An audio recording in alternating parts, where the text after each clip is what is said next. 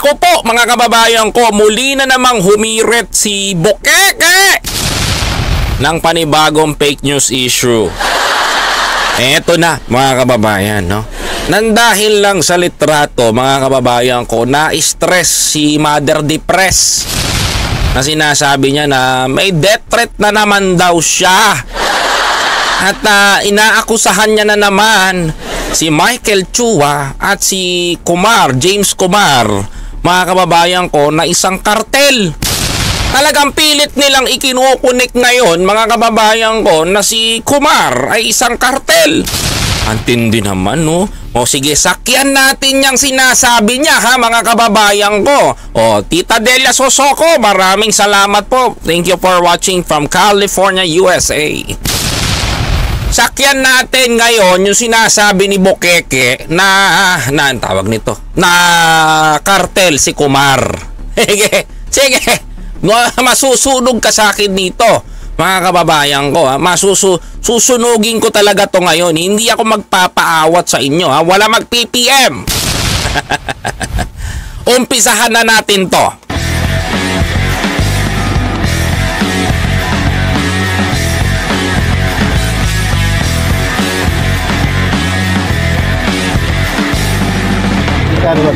Magkano sir? Ang alin? Ang alin? Ang alin? Walang binabayad sa amin dito. May piso. Wala. Panoorin nyo mabuti ang salaysay niya, ha? Let's do this. So ngayon, ang na-report sa atin mga kababayan, sabi sa inyo ito ay nakaka-alarma. Babasahin ko lang. Nakaka-alarma daw, mga kababayan ko. May nakaka-alarma na naman siyang pasabog. Alam mo, Maharle, ka to be honest, sa lahat ng mga sinabi mo, wala nang naniniwala sa'yo. Namamalimos ka na nga ng view dyan ngayon eh. Meron. Una pa lang, basag ka na eh, tuloy. Okay. Dalawang tao ang nag-message sa atin tungkol sa death threat nila kay Maharlika at dito, okay. Ano? Kay distressed mother. Depressed mother. Hoy, si Sapot yung tinutukoy mo, may naglaglag na sa akin.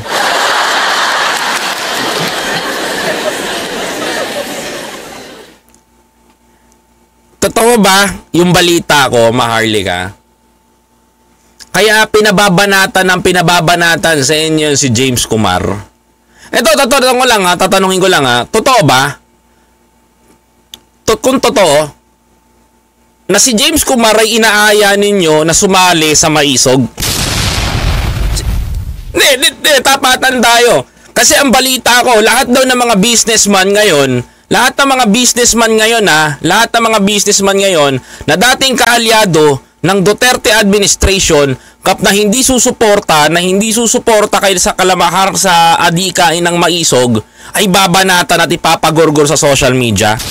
Totoo ba ito na ipapahiya ninyo? Kasi nakarating lang sa akin to from the businessman, ha? 4 yung nagsabi sa akin.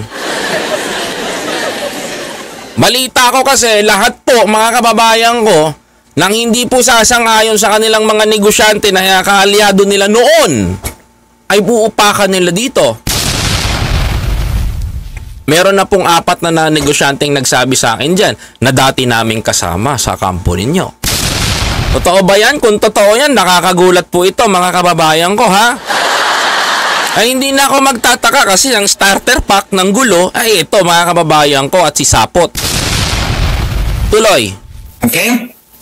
Right. Ang sabi sa akin, Miss Maharlika, mag-ingat ka dahil drug cartel ang binangga mo. Sino yung tinutukoy niyang drug cartel dito? Si Michael Chua at sinagbibintangan niyang si James Kumar na drug cartel daw. Di umano. Okay, sakyan natin. Drug cartel, ha? Sinasabihan mo. Tuloy. Okay? Mag-ingat kayo ni distressed mother. Si distressed mother, si Sapot yan, ha? Dahil may planong gurgurin kayong dalawa. Sabi ko, hindi na bago yan. Ito pa, palusot niya ngayon. Mga kababayan ko, palusot na naman na bago ni Bukeke nito, mga kababayan ko, panibagong kasinungalingan. Ilang beses naman may nagbanta sa'yo na gugurgurin ka. Una, si Pangulong Bongbong Marcos, pinapatira ka, sabi mo. Nila Lisa, pinapatira ka. Ginamit pa ni Mel Robles daw yung di umano yung pera ng pondo ng taong bayan upang ipatira ka. Tapos pinag-usapan ka.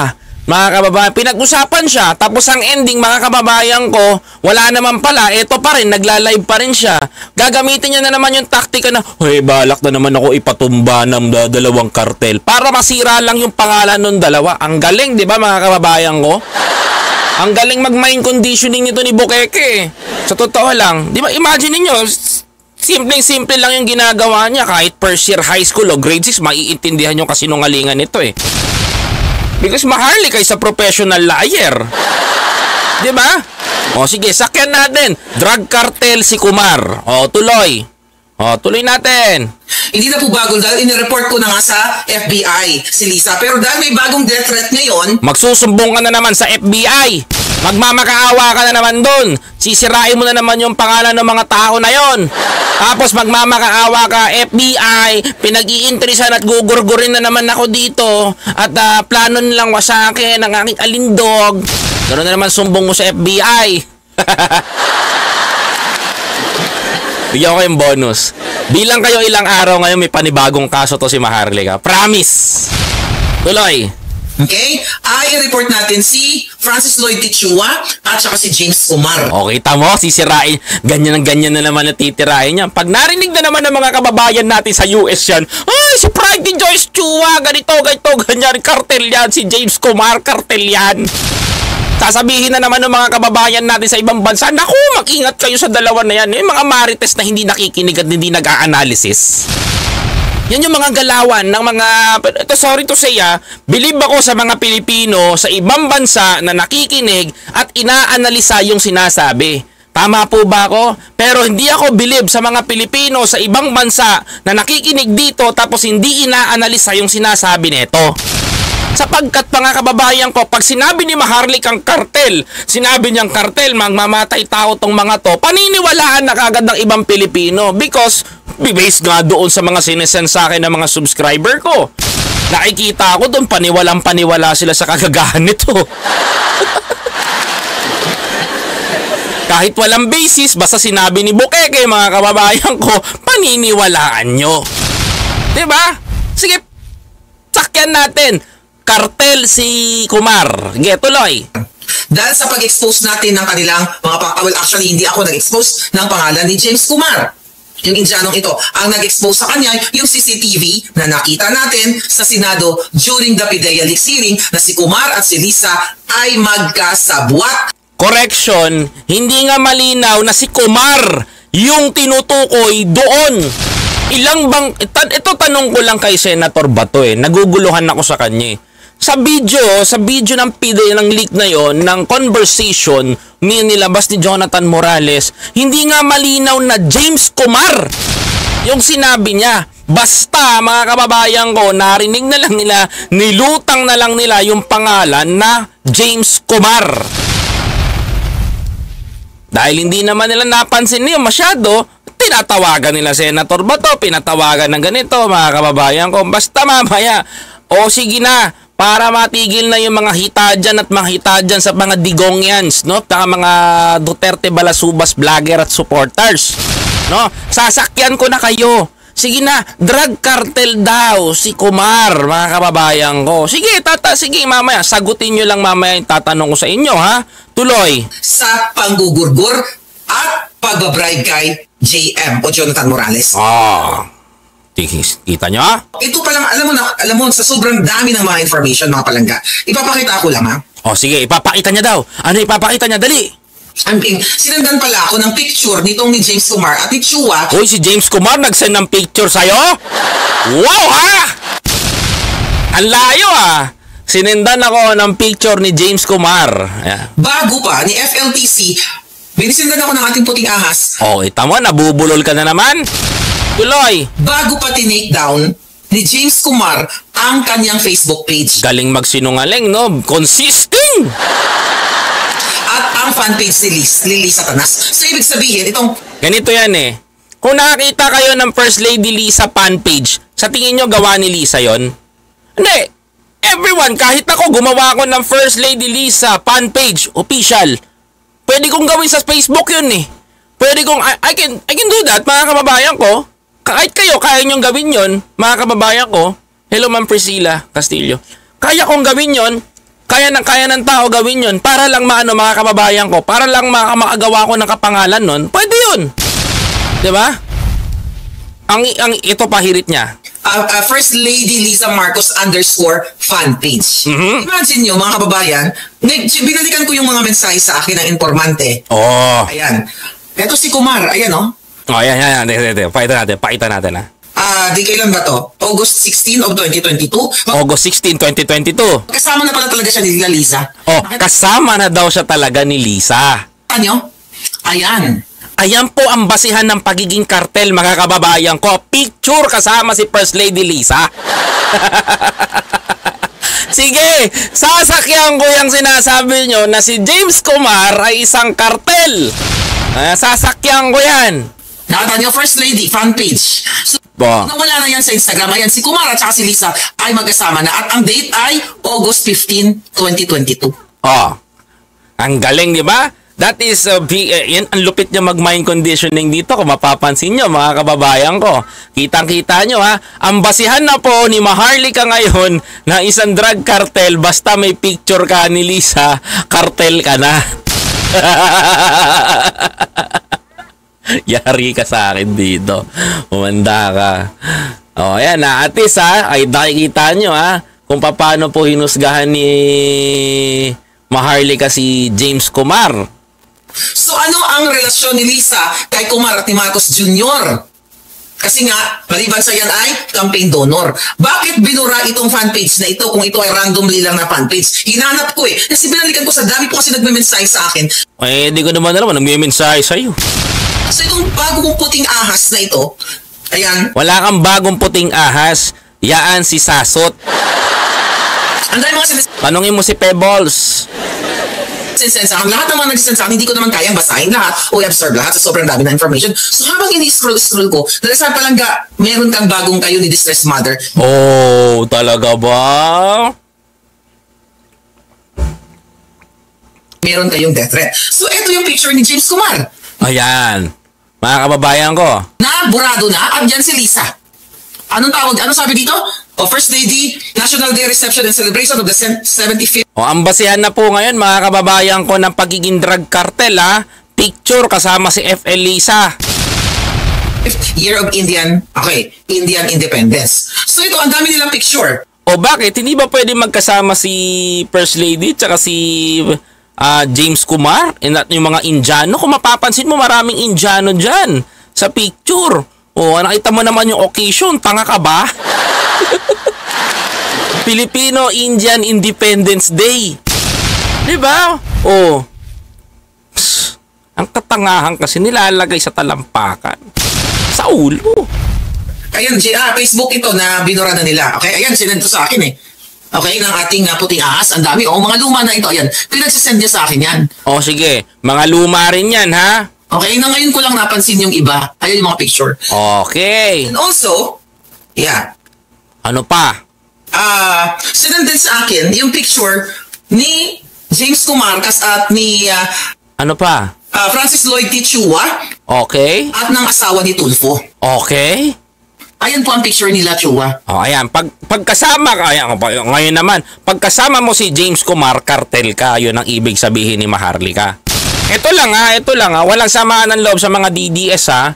Walang samaan ng mga loob sa DDS ha. Tatanungin ko lang kayo, ang basihan na po ng paninira ni Maharlika kay James Kumar, basta nasa picture ka at kasama mo si James Kumar, kasama mo si Francis Lloyd Chua, mga kababayan ko, kartel ka na. Yan ang, sige, sakyan natin yan. Ayan, si Chua, si Kumar, at yung asawa ni Tulfo. Oh, pahit asawa pa ni Senator Tulfo, dinadamay niya na. Kaya naloka ako, sabi ko, di ba kaya naloka ka pa ng lagay na yan, ha? Ano ang relasyon nitong mga julol na ito? Ayan. Total naman na sabi ni Maharlika, ako naman magtatanong sa kanya. No? Ako naman magtatanong sa kanya. Oh, eto, mga kababayan, total naman gagawin natin, dodoblehin lang natin yung ginawa ni Maharlika. Wag tayong masyadong Harsh, mga kababayan ko. Di naman tayo ganun. Di ba, mga kababayan ko? So, eto, bigyan natin kayo ng trivia. O, ayan. Para malaman ninyo. O, ayan, o. O, eto. O, unahin ko na. Unahin ko na para masaya. O, ayan. Ano yan?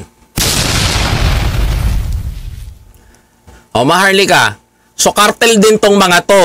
Kasi kasama si James Kumar, di ba? Sabi mo, di ba? Oh! O, kikita nyo naman kung sino yung nasa gitna. Lakihan natin, ha? Lalakihan ko, ha? Sino yung nasa gitna, mga kababayan ko? O, ayan. O. So, ibig sabihin, cartel din tong mga to. Kasi kasama si James Kumar, eh. Di ba? Ganyan mo pinaniniwala ang taong bayan, eh. Nasa gitna niyan, si dating DILG secretary na yumao na ngayon na si Martin Dino. So, cartel din si Martin Dino kasi kasama ni James Kumar. So, ngayon mag-iisip din ako, anong kinalaman nitong mga to kung bakit kasama si James Kumar?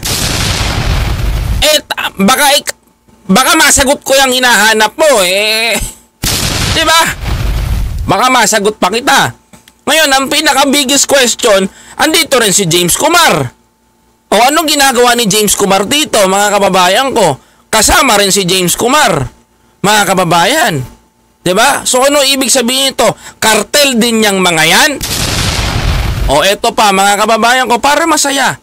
O ayan. O eto, mga kapatid. O ayan. O, andito si James Kumar, kasama ng PNP. So mga cartel din tong PNP na to. Anong kinalaman ni Kumar dito? Para malaman ng lahat, mga kababayan ko. Kasi it's better na naiintindihan po ninyo, eh. Diba? Ganyan kayo. Kitang-kita nyo, simpleng-simple kung dinidibang si Maharlika. Bakit? Ang dali niya i-debunk dito, eh. Basta may pinakita siya sa inyo, pinaniwalaan ninyo, masasangkot doon. Eh, ang tanong ko dito, kung masasawat ako to ngayon, eto ginagawa nila, bakit nasa PNP si Kumar? So, cartel din yung PNP. Kung tutuusin. Kasi total naman, sinasabi ninyo, di ba? Cartel din, eh. Kaya nga ganyan, di ba? Kaya nga ganyan. Di ba? Ito lang ang pinanggigigilan niya pag nakasama ni First Lady, dahil nakasama ni Kumar si First Lady, ayan, nakita ninyo, cartel na rin si First Lady. Magkasangkot na rin sila. Question mark na rin kay Maharlika yun. Palaisipan na kay Maharlika yun. Magkasama si First Lady tsaka si James Kumar. Question mark na sa kanyang malaki yun, mga kababayan ko. Bakit? Mga kababayan, it's because dinadawit talaga ni Maharlika at gusto talagang idawit ni Maharlika, isangkot si James Kumar. Sasabihin niya na si First Lady ay sangkot sa kartel. Mga kababayan ko, pagbibigyan kita. Di ba, sinabihan mong kartel si James Kumar. Okay, sige. Bigyan natin ng magandang paksa to. Ato, tatanungin kita ngayon. Bakit andito si James Kumar? Ayan, no? James Kumar with the president. So, ibig sabihin, si Duterte, kartel talaga. Total naman, sinasabi mo, si James Kumar, kartel. So, si Duterte, kasama dito ngayon. Ano yan? Di kartel din si Duterte. Diba? Anong pakiramdam mga DDS? Ang sarap ba? Hindi. Kung tutuusin. Kaya nga sinasabi ko sa inyo, ini-elaborate ko na nga ng maayos. Kung si Kumar andi dito, mga kababayan ko, mga wala kayong utak, basta may pinakita lang si Maharlikang picture na dinawit lang at nakita si James Kumar, ididikit nyo na. Yan ang mahirap sa inyo. At sa bibig na rin nang galing ni Maharlika. Alam nyo kung bakit nyo ginaganyan si James Kumar? You know why, mga kababayan ko? Hindi kasi sinuportahan ni James Kumar yung maisog at hindi titikit at hindi papanig si James Kumar sa mga Duterte ngayon. Because James Kumar is a part of BACC. Mga kababayan ko, ano yung BACC? Volunteers Against Crime and Corruption na pinamumunuan ni Martin Dino. Nung hinihimok nyo to, tao na to, na isa sa mga tumutulong sa campaign na magpopondo, mga kababayan ko, hindi pumayag kaya inaatake ninyo. Tandaan ninyo yan. Ngayon, isasangkot nyo yan sa kartel. Isasangkot nyo yan sa kung ano-anong iskandalo. Ganyan ang ginagawa ninyo sa mga dating kaalyado ninyo na hindi nyo napao at mapasama ngayon sa inyong gustong mangyari na maisog. I know, bakit may maisog? Because hinuhubog nyo si Bastidon. Tama ba ako? O total naman, nagpakita si Maharlika ng picture. Si Kumar, ganito yan si Kumar. Si Kumar, ganito yan, may kasama nga ito. Kasama si First Lady, question mark, iniisip ko ba't sila magkasama. Eh ako rin mapapatanong, bakit niya kasama si Duterte? Kartel din ba si Duterte dito? Mga kababayan ko? That's the question, mga kababayan ko. Well, ito yan, no? O, ito pa nga, oh. O, so ibig sabihin nito, kartel din to, mga kababayan. Kasi bakit, mga kapatid? Ayan, no? Tignan ninyo, mga kababayan ko. O, si Kumar nandito sa left, ito si Kumar. Si Pangulong Duterte nandito. So lahat ng yan, mga kababayan ko, mga kartel din pala, Maharlika.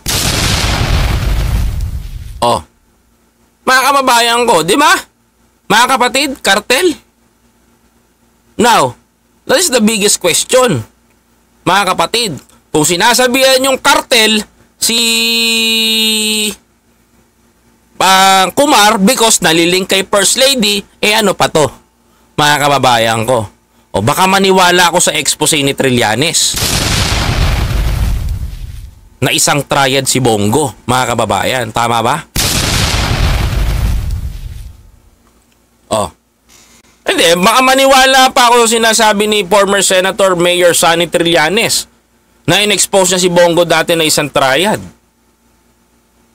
Kasi total naman si Kumar, sabi ninyo, isang tawag nito, triad. O, di ba? O, eto, ba't kasama niya si Bongo? So, dalilink din to sa ano? Alam nyo, ganyan ang ginagawa nila, mga kababayan ko. Kung ako maniniwala kay Maharlika, magbabacktrack ako ng mga photo, madadama itong mga tong politiko na to. Mga kababayan ko. Pero kung mababaw tayo, di natin maintindihan yon. 'Di ba? Imagine that. Yan yung mga ginagawa nilang pamemerwisyo. 'Di ba? Sasabihan yung kartel. Si porke nakasama ni Kumar, si Pangulong Bongbong Marcos, kartel na rin ba si Pangulong Bongbong Marcos? 'Di ba? Yan ang totoo eh. Yan ang reason kung bakit nyo binabanatan si Kumar, mga kababayan ko. Because si Kumar ay isa sa mga pinakamalaking donator. Malaking naitutulong sa tao. Tama ba ako? Kung tutuusin nga sa mga DDS, bago nyo punahin at basagin si Kumar, malaki pa nga naiambag ni Kumar sa inyo eh. Sa totoo lang, tingnan nyo, biruin nyo, nung panahon ng pandemic, mga kababayan ko, si Kumar, namimigay ng face mask. Imbis na mga kababayan niya, ang tulungan niya during that time, ang tinutulungan niya, Pilipino. Nakita nyo? Did you see the difference? Mga kababayan ko? Bakit?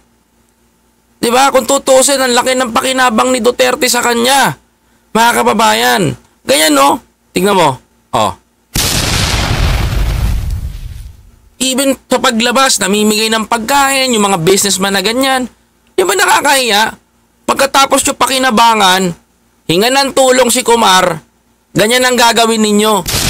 Pag hindi kayo napagbibigyan, babanatan ninyo, wawasakin nyo yung pangalan ng tao.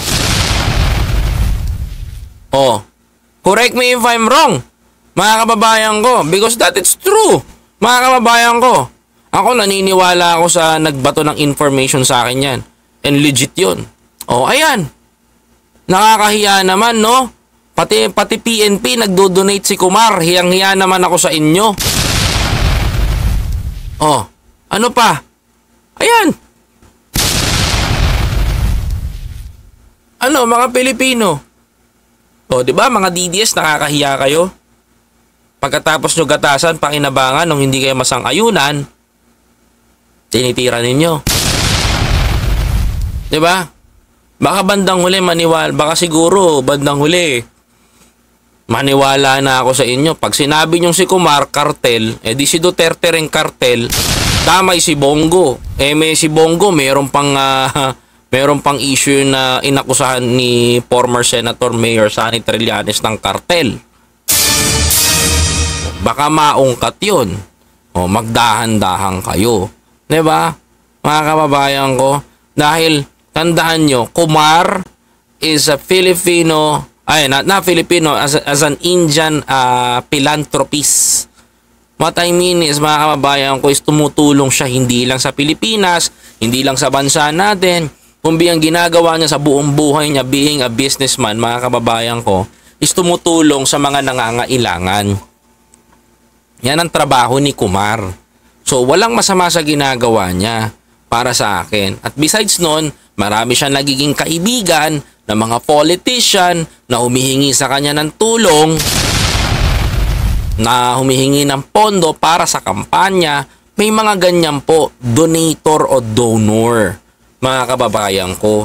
Kaya nga ang balita ko tinanong ko nga po yung isa sa mga, malalapit kay Kumar, mga kababayan ko. No, malalapit kay Kumar. Alam niyo kung ano, mga kapatid? Inapitan ko, kinausap ko. Hindi na pagbigyan yung kampo ni Sara, itong mga Duterte. Because nararatel sila ngayon kung saan sila puhugot ng pondo pang kampanya. For sure, hindi namang halos lahat gagastos yan sila big. Gagastos no? Manghihingi ng pondo sa mga businessman yan. Pag hindi na pagbigyan, alam nyo na, wawasain ka sa social media. Kaya maging wais po tayo, mga kababayan ko. Di natin kailangan ng mga trapong katulad ng mga susunod na politikong ganyan. Pumili tayo ng tama. Kung ngayon pa nga lang dinadaanan nila sa pamamahiya ng tao, dinadaanan nila sa pagwasak ng pangalan ng tao. What if pa kaya pag nakaupo na yung mga yan? Nakakatakot, mga kababayan ko. Kaya hindi ako pwedeng pumetics Walang petics ngayon. Kapag naangiti lang, mahirap yon. Kapag yung pakengkoy-kengkoy lang sa Senado, mahirap yon. Ang kailangan natin dito may talino at hindi bobo. Yun lang po ang tatandaan nyo.